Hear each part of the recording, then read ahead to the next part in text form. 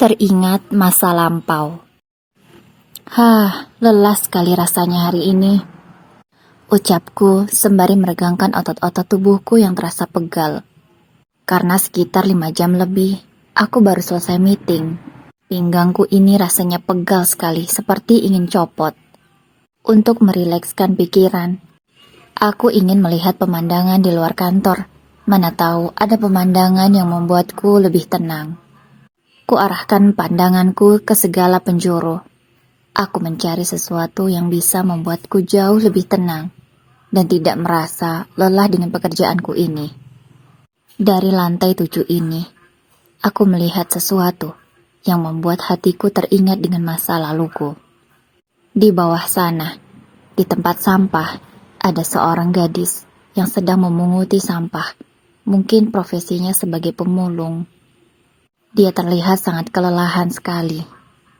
Melihat gadis itu, aku jadi teringat dengan masa laluku yang sangat menyedihkan. 10 tahun yang lalu, sebelum aku bisa bekerja di kantor besar ini, bisa duduk di kursi mewah ini, di ruangan ber-AC, memakai jas yang sangat rapi. Aku sama seperti gadis itu. Aku juga dulu memunguti sampah di pinggir jalan. Kukumpulkan satu persatu, agar bisa aku jual untuk mendapatkan uang. Bukan uang besar yang aku terima, hanya uang receh 1.000, 2.000, bahkan tak jarang, hanya mendapatkan 500 rupiah. Kalau sudah seperti itu, aku hanya bisa pasrah. Tak jarang juga, aku memungut makanan yang sudah dibuang oleh orang-orang dari tempat sampah. Aku terpaksa memakan makanan itu yang sebenarnya sudah tidak layak dimakan manusia. Namun apalah daya, daripada aku kelaparan, aku terpaksa memakan makanan dari tempat sampah itu. Kalau ingat semua itu, tak dapat lagi kutahan air mata ini. Benar-benar sangat menyedihkan. Mungkin kalau sekedar makan makanan dari tempat sampah itu hal yang biasa bagiku. Aku tidak terlalu merasa hina. Namun, tak jarang, karena profesiku yang hanya seorang pemulung ini direndahkan dan dihina oleh orang-orang yang memiliki jabatan dan memiliki kekuasaan. Seperti hari itu, saat aku sedang asik memunguti sampah-sampah plastik yang ada di pinggir jalan, tiba-tiba bajuku yang lusuh ini dilempar tanah oleh anak-anak yang tidak bertanggung jawab. Mereka mengejekku dengan kata-kata yang sangat pedas. Dasar miskin, kerjanya menguti sampah. Teriak anak-anak itu dengan sorak-sorai. Mereka bahagia bisa menghina dan mengejekku. Bahkan, setelah mengatakan kata-kata pedas itu, mereka lanjut melempariku dengan tanah. Bajuku yang sudah lusuh ini semakin kotor dibuatnya. Bahkan ada beberapa lemparan yang terkena mukaku. Sakit sekali rasanya. Namun sakit di wajahku tak seberapa daripada sakit di hatiku. Kalau sudah begitu, aku hanya bisa dengan cepat meninggalkan tempat itu, menjauhi mereka, agar hatiku tidak semakin sakit. Aku pun duduk di bawah pohon untuk menenangkan diriku, menguatkan hatiku. Di saat termenung itulah, aku mengingat masa laluku yang jauh lebih kejam daripada ini. Nasibku yang waktu itu mungkin lebih baik daripada nasibku saat aku masih berusia 7 tahun. Aku adalah seorang anak yatim piatu. Ayahku sudah meninggal saat aku masih di dalam kandungan ibuku. Setelahnya, aku dilahirkan oleh ibu. Namun, ibu tak mencintai aku seperti ibu yang lainnya. Dia merasa aku ini adalah beban, sehingga aku diperlakukan secara tidak adil oleh ibuku sendiri. Hingga usiaku 4 tahun, ibuku memutuskan untuk menikah lagi dengan seorang pria. Disitulah kehidupanku yang menyakitkan semakin bertambah. Pria yang menjadi ayah sambungku itu bukanlah laki-laki yang baik. Setiap hari, aku disiksa olehnya. Kalau cubitan dan pukulan, itu sudah menjadi kebiasaanku sehari-hari. Aku hanya bisa menangis setelah menerima semua itu. Aku yang masih berusia 6 tahun tidak bisa berbuat banyak untuk melawan orang dewasa. aku hanya bisa pasrah. Dan kalau bisa melarikan diri, aku lari. Namun, jarang sekali aku bisa menyelamatkan diri seperti itu. Sebenarnya, aku selalu berusaha untuk menjadi anak yang patuh, tidak banyak menuntut, dan tidak banyak meminta. Tapi masih saja, aku selalu disiksa dan disalahkan atas apa yang terjadi di rumah itu. Hingga akhirnya penderitaanku semakin bertambah ketika ibuku meninggalkan aku untuk selamanya. Ya, ibuku meninggal dunia karena kanker payudara. Beliau wafat di saat aku berusia 6 tahun. Sebenarnya, kalau ayah tiriku itu mau merawat ibuku dengan baik, mungkin ibuku masih selamat. Tapi setelah mengetahui ibuku sakit, ayah tiriku tidak peduli dengan ibuku. Dia mengabaikannya, malah selingkuh dengan wanita lain. Kalau ingat semua itu, rasanya hatiku semakin sakit. Aku yang masih berusia 6 tahun dipaksa untuk mengerti semuanya.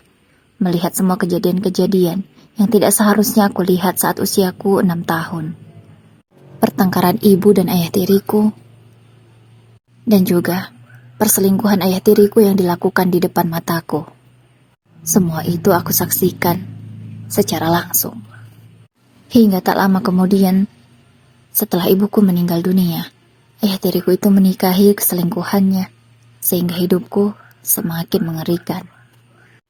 Ibu tiriku itu sangat jahat.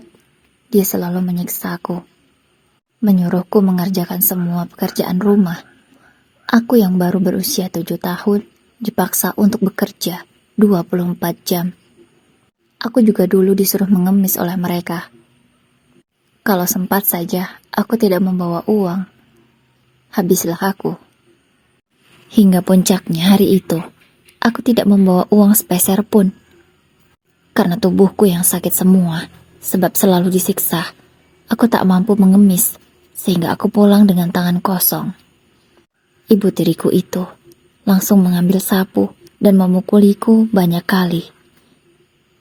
Hingga tanganku terasa sangat sakit.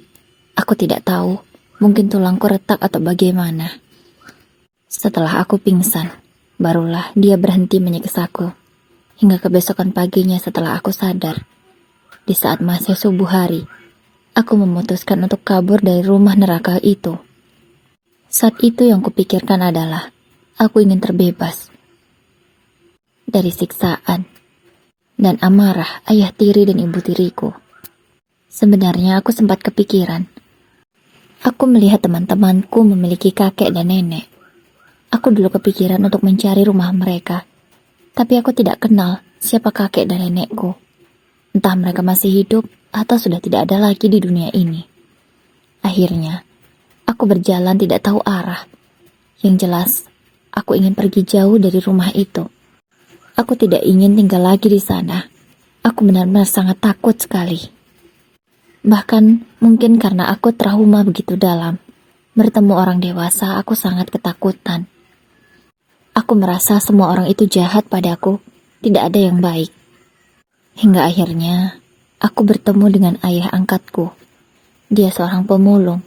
Dia miskin, tidak memiliki apapun selain gubuk reot yang bisa kami gunakan untuk tidur agar tidak kehujanan. Akhirnya aku belajar mulung dari bapakku itu. Dia mengajariku banyak hal, bagaimana cara bertahan hidup di luaran agar tidak mudah ditindas oleh orang lain.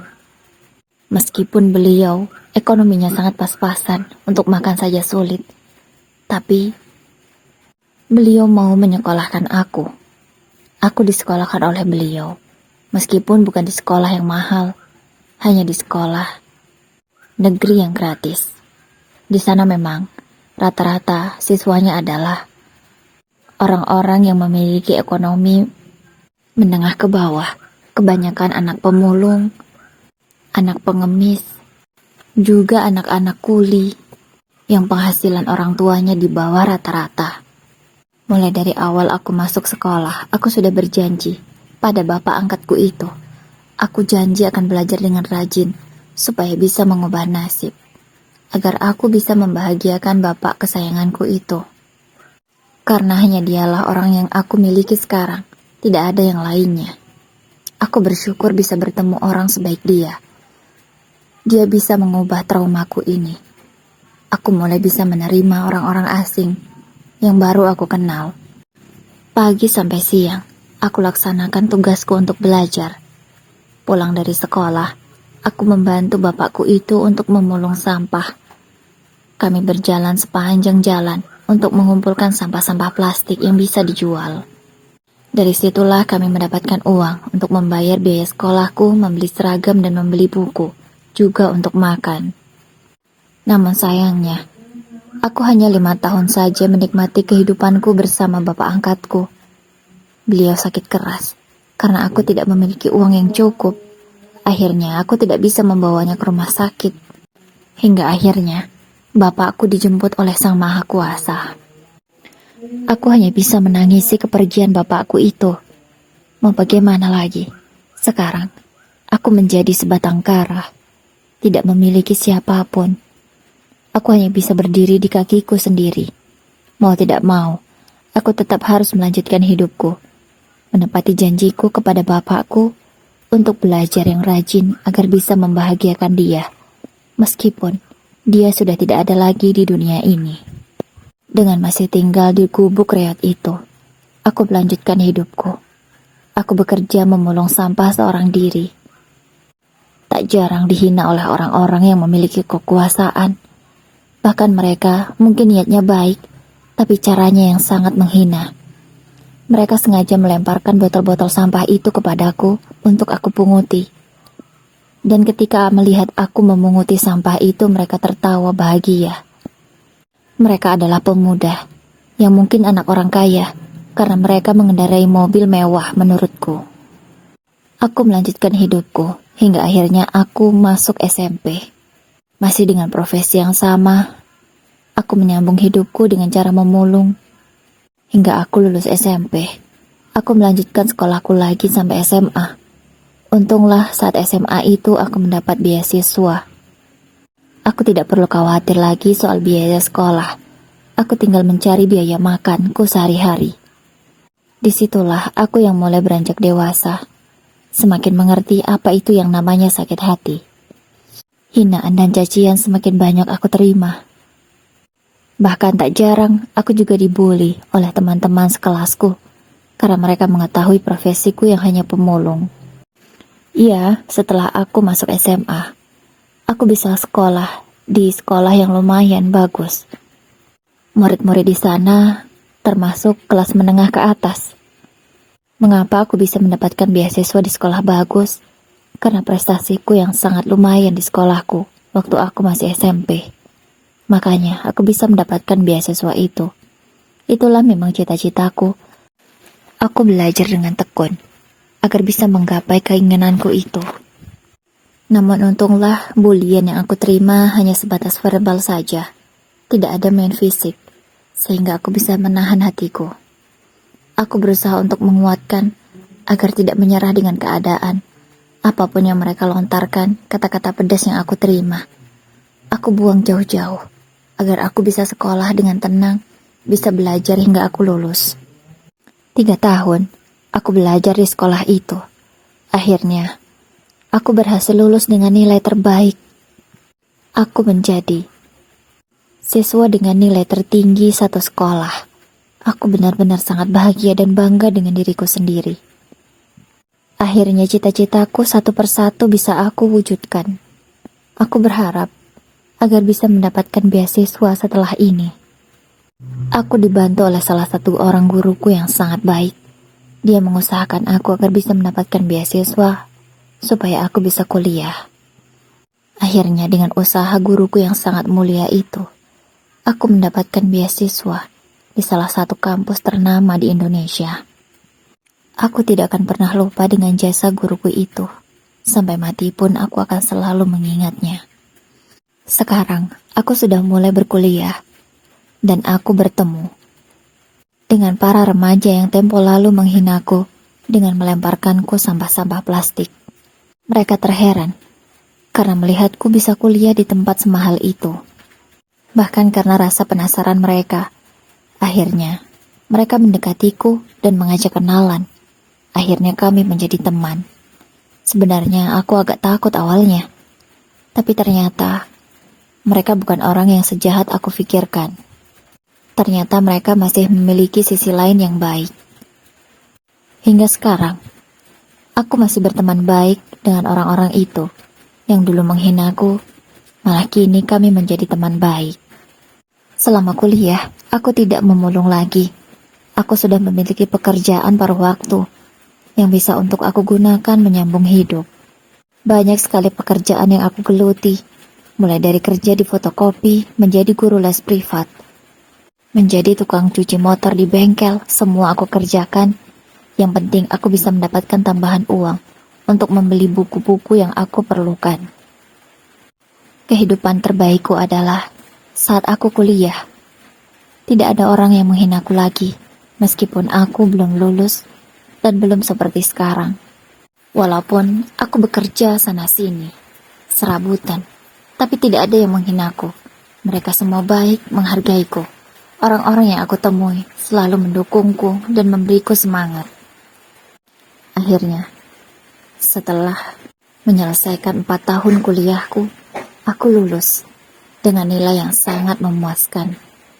Karena nilaiku yang sangat bagus, aku langsung ditawari pekerjaan di perusahaan yang sangat besar. Yang beberapa tahun lalu, aku pernah datang ke perusahaan ini untuk memulung sampah yang ada di depannya. Ya, sama seperti yang dilakukan oleh gadis kecil itu. Itu adalah gambaranku dulu. Aku juga dulu melakukan hal yang sama dengan dia, memulung sampah di depan kantor ini. Aku dulu sempat membatin dalam hati, semoga aku bisa bekerja di sini suatu hari nanti. Tapi ternyata Allah sangat baik padaku, mengabulkan doa-doaku. Akhirnya aku diterima di perusahaan yang sangat besar ini. Aku bisa bekerja, bahkan memiliki jabatan yang cukup tinggi. Aku sudah menjabat sebagai manajer selama 3 tahun. Aku sangat bangga dengan pekerjaanku ini, karena susah payah aku mendapatkannya. Aku janji, tidak akan menyia-nyiakan kesempatan ini. Aku akan bekerja dengan baik, dan memiliki loyalitas yang tinggi untuk perusahaan. Oh iya, sedari tadi aku belum memperkenalkan diriku. Namaku adalah Adam. Aku seorang pria berusia 26 tahun. Kisah masa kecilku, ya seperti yang di depan tadi, sangat menyedihkan dan penuh sekali lika-liku. Namun karena semua itu, aku menjadi pribadi yang kuat, tangguh, dan tidak mudah menyerah. Kalau aku gagal, aku akan mencobanya, tanpa ada kata menyerah. Tok tok tok, permisi pak. Lamunanku dikait-kaitkan dengan suara ketukan pintu. Sepertinya itu sekretarisku. Iya, masuk, ucapku. Permisi pak, ada beberapa berkas yang harus Anda tanda tangani.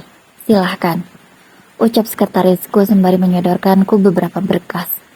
Dengan cermat aku perhatikan, kemudian aku tanda tangani. Setelah selesai, Nania, nama sekretarisku, dia berpamitan untuk keluar. Namun sebelum itu, aku meminta tolong padanya.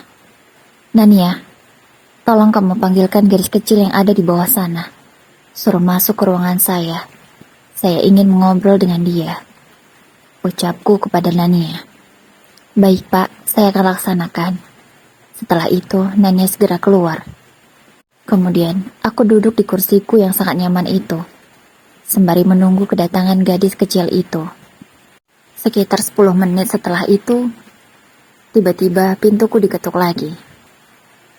Aku tahu siapa yang datang. Pasti gadis kecil yang ada di bawah tadi.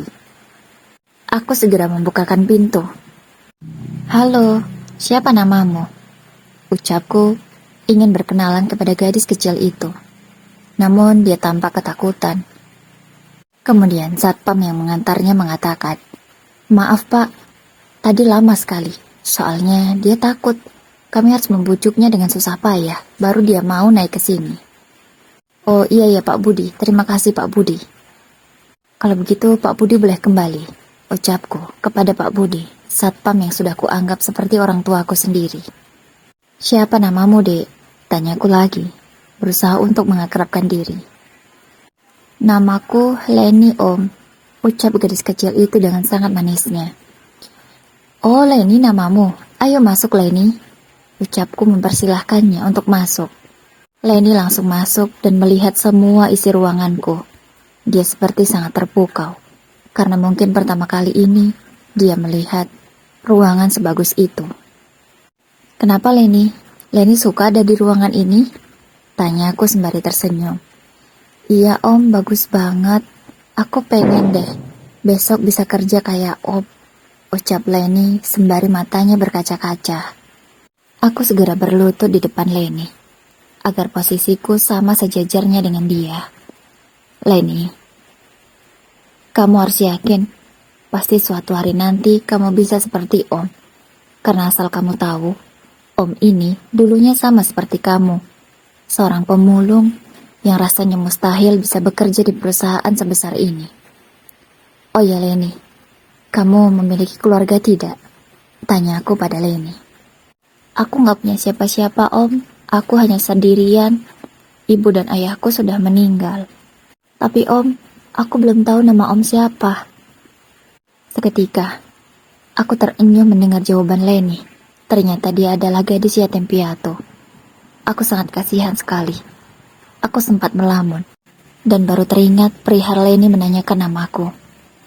"Oh, maaf Leni, nama Om Adam," ucapku sembari mengulurkan tangan, karena memang sedari tadi kami belum bersalaman. "Oh, Om Adam, ganteng kayak orangnya," ucap Leni sembari tersenyum. Gadis itu memang sangat manis dan baik sekali. Dia juga sangat lucu. Lalu di otakku ini terbersit, ingin mengadopsinya, ingin kurawat dia, supaya masa depan dia jauh lebih baik. Aku juga tidak tega jika dia harus sendirian di jalanan. Dia itu seorang perempuan, tidak sepertiku dulu, seorang laki-laki. Aku takut jika dia semakin dewasa dan masih sendirian di jalanan, akan berbahaya untuknya. "Leni, kamu mau gak tinggal sama Om? Om janji akan menyekolahkan kamu, dan kamu gak perlu mulung lagi seperti ini. Kamu mau, Leni?" Ucapku menawarkan pada Leni. "Leni mau Om, soalnya Leni juga sekarang benar-benar butuh banget orang tua yang bisa menyayangi Leni seperti orang tua Leni dulu. Soalnya Leni udah gak punya siapa-siapa lagi. Rumah Leni dijual sama Om dan Tante Leni. Leni cuma tinggal di bawah jembatan seorang diri. Kadang Leni suka diganggu preman, dipalaki, diminta uangnya." Seketika, aku yang susah menangis ini langsung meluruhkan air mataku. Aku benar-benar sedih mendengar cerita Leni, betapa kerasnya kehidupan dia di jalan. Inilah keputusanku yang paling tepat. Aku harus mengadopsinya, agar dia tidak semakin menghadapi bahaya yang lebih besar lagi. "Iya Leni, kamu mulai hari ini ikut Om ya. Om janji akan membahagiakan kamu dan menjaga kamu dengan baik. Kamu jadi anak yang baik dan pintar ya Leni. Harus janji sama Om," ucapku lagi kepada Leni. Dia hanya menganggukkan kepala, kemudian memelukku sembari menangis. Aku pun ikut menangis, karena sangat terharu dengan pengalaman hidup gadis kecil itu, yang sama kerasnya dengan aku waktu dulu. Setelah itu, aku dan Leni sudah tinggal serumah. Aku juga sudah membelikan banyak baju baru untuk dia. Aku menyekolahkannya di sekolah terbaik. Aku pun sudah mengurusi surat-surat adopsiku terhadap Leni. Semuanya sudah selesai. Namun di suatu hari, Leni menanyakan hal yang membuatku terkejut, sekaligus malu. Kenapa gadis kecil dia sampai kepikiran? Leni itu masih berumur 7 tahun, tapi dia sangat cerdas sekali. Om, kok Om belum menikah sih? Om kan sudah sukses. Mau cari apa lagi? Anak udah punya, Leni. Rumah udah punya, mobil udah punya, kerjaan udah bagus. Om nunggu apa lagi sih? Tanya Leni dengan manjanya. Aku pun hanya tersenyum mendengar pertanyaan Leni. Aku mencubit hidungnya itu karena aku merasa gemas. Kenapa dia bisa kepikiran sampai sejauh itu? Leni, kamu itu tahu apa soal cinta? Kalau nanti sudah ada jodohnya, Om pasti menikah. Lagian, kamu jangan panggil Om lagi dong. Kita kan udah 1 minggu lebih tinggal bersama. Kamu itu anakku. Kamu panggil aku papa ya, ucapku kepada Leni. Iya, maaf Pak, jawab Leni malu sembari tertawa. Kehidupanku setelah kedatangan Leni semakin berwarna. Putri kecilku itu selalu membuatku tersenyum setiap hari. Hingga akhirnya, dia melakukan sesuatu yang mengubah hidupku untuk selama-lamanya. Papa, tadi pas aku ke kantor Papa, Tante Nania titip salam loh sama Papa, ucap Leni sembari menaik turunkan alisnya. Aku pun menjadi malu. Kenapa dia bisa seperti itu? Kamu apa-apaan sih Leni? Gak mungkin lah Nania titip salam sama Papa. Kan dia sekretaris Papa, bertemu setiap hari, ngapain pula titip salam? Ucapku kepada Leni. Papa ini gak peka banget ya. Tante Leni itu suka sama Papa. Masa gitu aja gak tahu? Ucap Leni sembari melipat tangannya karena merasa kesal. Tak lupa juga dia memonyongkan bibirnya, sehingga kalau diikat dengan karet itu pasti bisa. Sayang, kamu ini ada-ada aja, mana mungkin lah Nania suka sama Papa, ucapku sembari menggelengkan kepala. Alah Papa ini, jadi laki-laki kok tidak peka. Ya sudah, besok aku akan buat Papa jadi jatuh cinta kepada Tante Naninya, ucap putri kecilku itu dengan sangat gemasnya. Aku tidak tahu apa yang akan dia lakukan. Sebenarnya aku penasaran juga. Namun kalau melihat Nania, aku memang ada rasa suka, tapi aku tidak memiliki nyali untuk mengungkapkan perasaan. Ya, aku tidak sepercaya diri itu. Sejak dulu aku tidak pernah pacaran. Aku hanya fokus untuk mengejar karirku. Barulah sekarang aku kepikiran untuk mencari istri. Tapi apakah Nania mau denganku? Karena selama ini aku sangat kaku padanya. Selalu formal, tidak pernah santai sama sekali. Apakah Nania menyukai laki-laki kaku sepertiku? Lamunanku beralih kepada Nania. Aku mengingat setiap kali apa yang kita lakukan berdua. Semuanya hanya tentang pekerjaan, tidak ada yang lainnya. Mana mungkin Nania menyukaiku. Seminggu setelah itu, Leni sepulangnya dari sekolah langsung datang ke kantorku. Dia membawakan bunga. Aku juga senang dibawakan bunga olehnya. Papa, ini bunga, ucapnya padaku. Iya, Papa tahu ini bunga. Untuk Papa kan? Terima kasih sayang, ucapku sembari menciumnya. Enak aja untuk Papa. Ini untuk Tante Nania. Papa ini gimana sih? Udah, cepat kasih bunga ini ke Tante Nania. Setelah itu, Papa ajak makan dia. Aku sebenarnya bingung, tapi aku pun mengikuti saran dari putriku itu. Aku segera menuju ruangan Nania, mengetuk pintunya. Kemudian, dengan tidak banyak bicara, aku berikan bunga itu pada Nania. Nania, ini ada bunga untukmu. Semoga kamu suka ya. Oh ya, nanti malam bisa nggak kita makan bersama? Ucapku sembari mengalihkan pandanganku ke segala arah. Aku rasanya sangat malu sekali. Tapi tidak kusangka, Nania mengiyakan ajakanku. Bahkan dia sudah menentukan tempat di mana akan makan malam. Padahal sebelumnya aku belum kepikiran. Baik Pak, saya mau. Kita makan malam di restoran Y saja ya. Di sana tempatnya indah sekali, ucap Nania sembari tersenyum. Aku sempat melirik ke arahnya. Walaupun sekarang aku masih mengalihkan pandanganku, tidak ingin melihat dia. Baiklah, terima kasih ya, ucapku kemudian pergi berlalu meninggalkan Nania.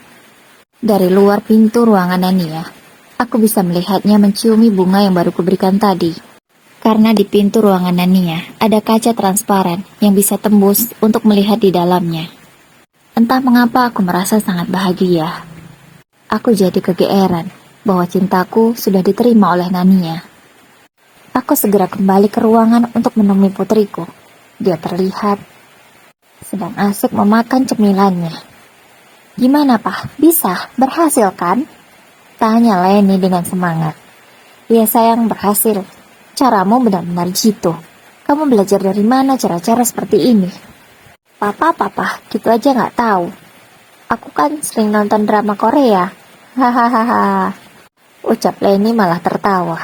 Ya ampun, jangan-jangan selama ini aku sudah salah memberi tontonan pada Leni. Leni, kamu jangan nonton yang seperti itu ya, tidak baik. Itu belum usiamu. Ucapku menegaskan pada Leni. Iya papa, nggak lagi deh. Aku cuma nonton sekali saja. Makanya aku bisa tahu bagaimana cara mendekati wanita. Tidak seperti papa, orang yang sangat kaku. Seperti tidak punya kehidupan selain diri sendiri. Aku pun hanya bisa tersenyum mendengar jawaban putriku itu. Kenapa dia sangat dewasa sekali. Sama sepertiku. Mungkin kerasnya hidup membuat dia berpikir jauh lebih ke depan daripada anak-anak seusianya. Malam hari pun tiba. Makan malam yang sudah kami rancang pun terlaksana. Aku di sana langsung memberanikan diri untuk mengungkapkan perasaan. Aku rasanya tidak ingin membuang-buang waktu. Karena bagiku, waktu sangatlah berharga. Nania, aku sebenarnya ingin mengungkapkan perasaan bahwa aku menyukaimu. Apakah kamu ingin menjadi istriku? Tanyaku dengan suara yang sangat datar sekali. Ya, aku sekaku itu. Tidak bisa merayu wanita. Bahkan aku tidak basa-basi, langsung to the point. Nania kulihat hanya tersenyum. Kemudian, dia menjawab dengan suara lembutnya. Iya Adam, aku mau. Kalau besok pun kamu mau menikahiku, aku siap. Ucap Nania. Kemudian menundukkan kepalanya. Aku pun sama, karena merasa sangat malu sekali. Kamu ada-ada aja. Kita harus persiapan dulu, tidak mungkin secepat itu. Ucapku sembari menahan tawa. Tapi Nania, ada satu hal yang ingin aku katakan. Kamu tahu soal Leni? Dia adalah putri angkatku. Aku mau kamu menerima keberadaannya. Setelah kita menikah nanti, dia akan tetap menjadi putriku. Ucapku pada Nania, agar dia bisa menerima keberadaan Leni. Iya Adam. Aku sudah tahu tentang Leni, dia juga sudah banyak bercerita. Aku sangat menyukai gadis itu. Aku sangat senang. Bahkan aku sudah tidak sabar ingin menjadi ibunya, sama seperti kamu menjadi ayahnya. Ucap Leni dengan sangat lembutnya. Hatiku sangat lega, karena dia bisa menerima keberadaan Leni. Terima kasih Nania, kamu sudah menerima kekuranganku. Aku mohon kita bisa menjadi pasangan yang baik, bisa langgeng sampai maut yang memisahkan. Tidak ada pengkhianatan di antara kita. Iya Adam, aku berjanji padamu. Akhirnya, aku melamar Nania kepada keluarganya. Aku diterima baik oleh keluarganya. Mereka juga tidak pernah mempermasalahkan asal-usulku. Ya, aku jujur tentang asal-usulku yang dahulu. Mereka sangat menerima baik. Bahkan mereka tidak menghina sama sekali. Baru kali ini, aku melamar seorang gadis dan diterima baik oleh keluarganya. Aku benar-benar sangat bersyukur. 1 bulan, kami mempersiapkan pernikahan. Tibalah hari ini, acara ijab kabul. Aku sangat gugup sekali. Padahal, aku sudah latihan berminggu-minggu agar lancar mengucapkan ijab kabul. Sekarang saatnya lah. Aku mengaplikasikan apa yang sudah aku latihan selama berminggu-minggu itu. Saya terima nikahnya Nania Fadilah binti Surahman dengan mas kawin tersebut dibayar tunai. Akhirnya, dengan lantang dan lancar, aku mengucapkan ijab kabul itu. Sekarang, aku dan Nania sudah resmi menjadi pasangan suami istri. Tak hanya kami yang bahagia, Leni justru terlihat lebih bahagia. Dia sangat sumringah karena sekarang sudah memiliki ibu baru. Ye, sekarang aku lengkap, punya mama, punya papa. Terima kasih ya, Pak, ucap Leni sembari memelukku. Kami bertiga berpelukan erat karena sangat bahagia. Aku berharap keluargaku ini bisa selalu langgeng bahagia selamanya. Semoga kisah ini bisa menginspirasi. Mau seburuk apapun masa lalu kita, jangan pernah menyerah. Tetaplah semangat, bangkit. Raihlah cita-cita. agar bisa di masa depan menjadi orang yang lebih baik, dihargai, dan dihormati.